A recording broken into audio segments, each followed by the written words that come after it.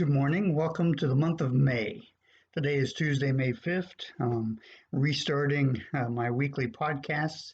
Um, Today we're looking back to Lent, which seems to be a long time ago, but we're looking at spiritual practices for today. A couple of new ones. During Lent, we talked about developing our spiritual practices and habits, especially as we began the social distancing and times of isolation. Um, and protection, and using that time wisely to develop the habit and practice of such things as devotions, reading our scriptures, and so on. Today I have three new ones for us to consider. Now we've had plenty of time to practice, so how are you doing with those spiritual practices and disciplines? Have you found one that works for you, that draws you closer to God, that opens your heart and your mind and your soul to the Lord? During this time, we've developed the discipline, hopefully, of staying home, staying isolated, keeping our distance. No longer will we be doing holy high fives, handshakes, and even hugs for the foreseeable future. What are we going to do in the meantime? Something to consider. I was thinking this morning about the kids and teen times. Children's sermons and teen times, I like doing the holy high fives afterwards. What are we going to do instead? Can we do a virtual holy high five, keeping our distance from one another, and have it still be meaningful? So, spiritual deep practices for today. Deep breathing. When was the last time you paid attention to your breathing? Under the last couple of days, for some reason, I have not breathed as calmly and deeply maybe as I should have. Deep breathing, deeply, slowly inhaling, relaxing, slowly letting it go, making room for God, making room for godly practices and thinking. Slow, steady, thoughtfully breathing intentionally. Breathing in God, breathing God into our hearts and into our lives. Now, as you continue that deep breathing, take a few moments to pray and reflect on God's goodness, on God's providence, on God's nearness.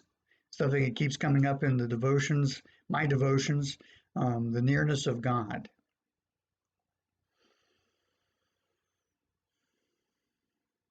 Second is one that we celebrated, we started looking at the Sunday after Easter on Holy Humor Sunday, was laughter and having fun.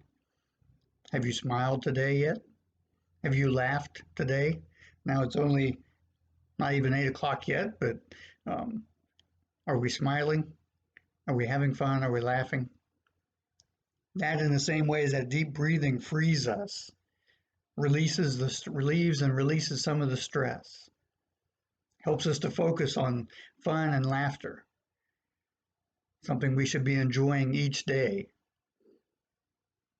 Why haven't you smiled or laughed yet today? How can this be a spiritual practice? Laughing and smiling are good for the soul. They make us feel better. They make others around us feel better. So they're important. It's important for us to share. They use more calories and more facial muscles, laughing and smiling do. They protect the peace and joy in our lives. We all want more peace and joy in our life. Do we do anything to protect that by enjoying life, by smiling at little things, by looking for things to laugh about? They protect the peace and joy in our life. Now, fun isn't the same thing as distraction, amusement, and entertainment. We all need some of those things. But having fun and enjoying life is found in activities that we do purely for the joy we get from doing them.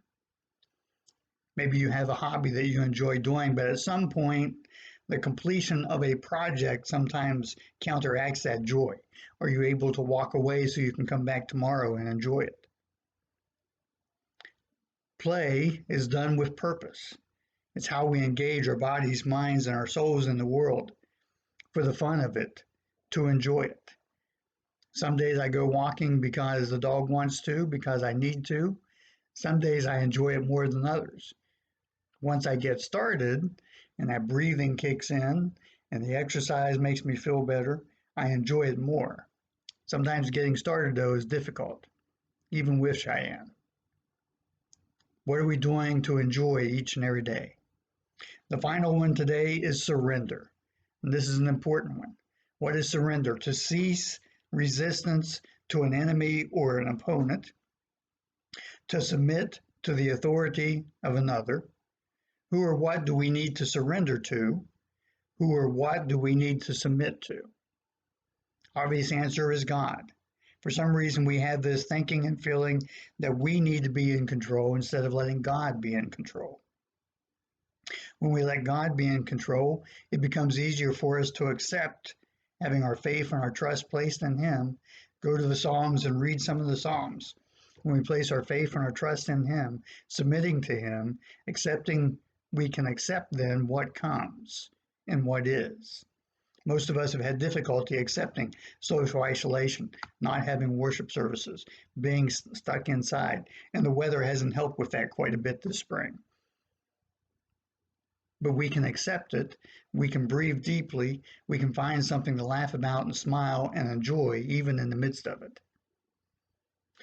Surrendering is not giving in to sin and temptation, but submitting ourselves to the will of God and the way of God's life for us, intends for us, so that we can resist sin and temptation. Surrender is a daily spiritual practice that includes accepting what comes and what is. Not easy for us to do, Not easy for us to do. We sometimes fixate on the goals, on the tasks, and we don't enjoy them. And we don't surrender to the joy of the task so that we might be free. Surrender with faith and trust and obedience to God so that we may be beers and not just doers.